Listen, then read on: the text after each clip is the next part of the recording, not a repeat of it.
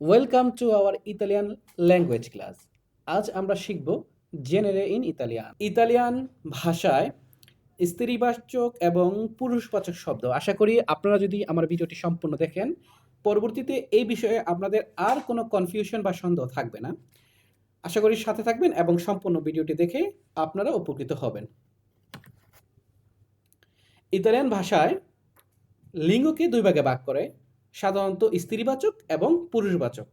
পুরুষবাচককে বলা হয় মাস্কিলে এবং স্ত্রীবাচক শব্দকে বলা হয় ফেমিনিলে। পুরুষবাচক শব্দ আমরা কিভাবে চিনতে পারি?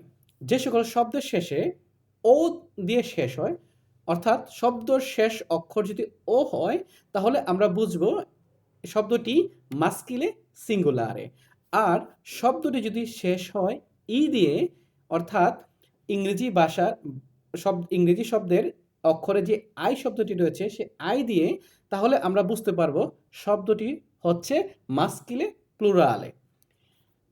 উদাহরণ হিসেবে আমরা দেখি, আমরা পাশাপাশি উদাহরণগুলো রাখবো যাতে সহজে বোঝা যায়। দেখেন, এইখানে শব্দটি রয়েছে লিব্রো, এটি একটি মাস্কিলে সিঙ্গুলারে। লিব্রি মাস্কিলে প্লুরালে। গাত্তো maschile singolare gatti, maschile plurale. Treno maschile singolare treni, maschile plurale. Albergo maschile singolare alberi, maschile plurale. Zaino maschile singolare zaini, maschile plurale. আশা করি এটা অনেক সহজ লেগেছে আপনাদের কাছে। আসুন এবার আমরা শিখি ফেমিনিলে শব্দ কিভাবে আমরা চিনতে পারি।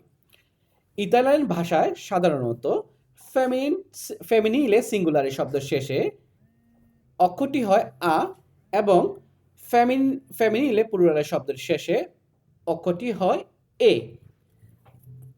উদাহরণ হিসেবে আমরা দেখি, ফেমিনিলে সিঙ্গুলারে এবং ফেমিনিলে প্লুরালে আমরা শব্দগুলো পাশাপাশি রাখছি যাতে করে আপনারা সহজে বুঝতে পারেন।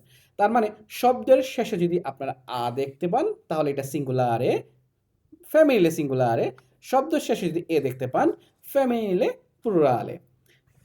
এখানে শব্দটি হচ্ছে পেন্না, এটি একটি সিঙ্গুলারে ফেমিনিলে সিঙ্গুলারে। পেন্নে ফেমিনিলে প্লুরালে। তাভোলা ফেমিনিলে সিঙ্গুলারে, tavole femminile plurale. Porta femminile singolare, porte femminile plurale. Casa femminile singolare, case femminile plurale. Strada femminile singolare, strade femminile plurale. Sedia femminile singolare, sedie femminile plurale.